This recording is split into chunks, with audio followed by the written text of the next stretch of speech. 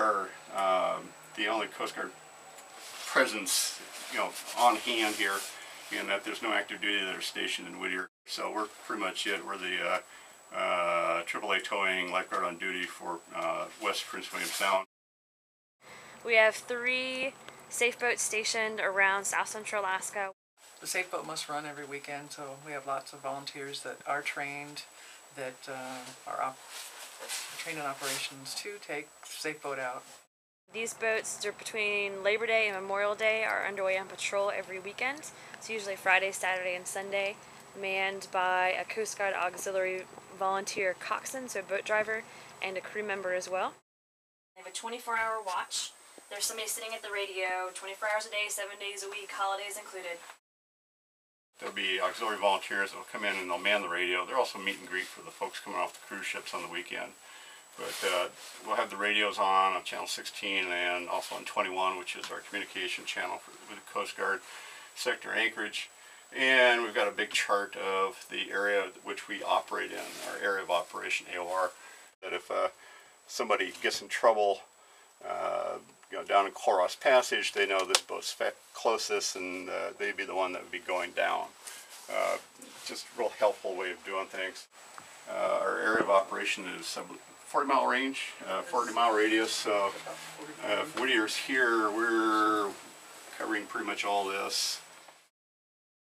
A manual dewatering device is required to have on board your vessel, whether it's a fancy bucket like this or one of the hand pump things.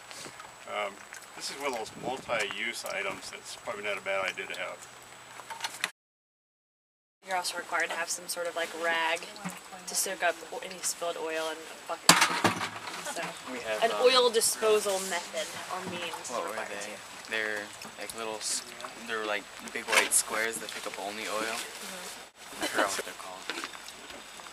Something about insert in the water, dump over to the side, insert in the water, dump over to the side. Reported a pressure of 1020.1 millibars. Air temperature was 48. Wave height 6 feet. The wind was east at 21 knots, gusting to 25. At buoy 46,076. Wind was southeast at 21 knots. Air temperature. Our boat or any other boat, if somebody fell overboard, whoever sees them fall overboard needs to make a lot of noise and mention it to the person driving the boat so that they can get that boat stopped or turned around, whichever is safest for the situation.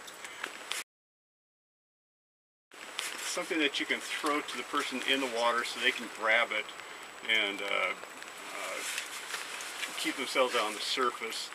Linda has a throw bag here which has a weight on one end of the line, and this is a 70-foot line. The kayakers are they got to deal with the rain and waves coming in from boats going by and everything else, and quite frankly, if the light's not good, it's real hard to see a kayaker from your boat. So it's best for them to travel in groups. This summer, one of the guys brought in a catamaran that had a hole in the bottom, and so it was filling up with water. So they started all the billages and they parked it over on the grid, and I stayed up all night on it, watching it, checking the billages every 20 minutes, 30 minutes, and just making sure that the water didn't rise above anything important.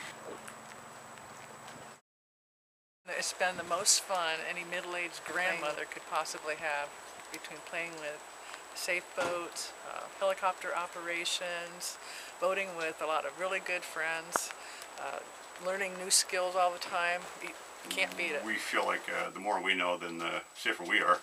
And if we're able to share with the other folks that are out here, then we can maybe keep them safer as well. It's all about safety.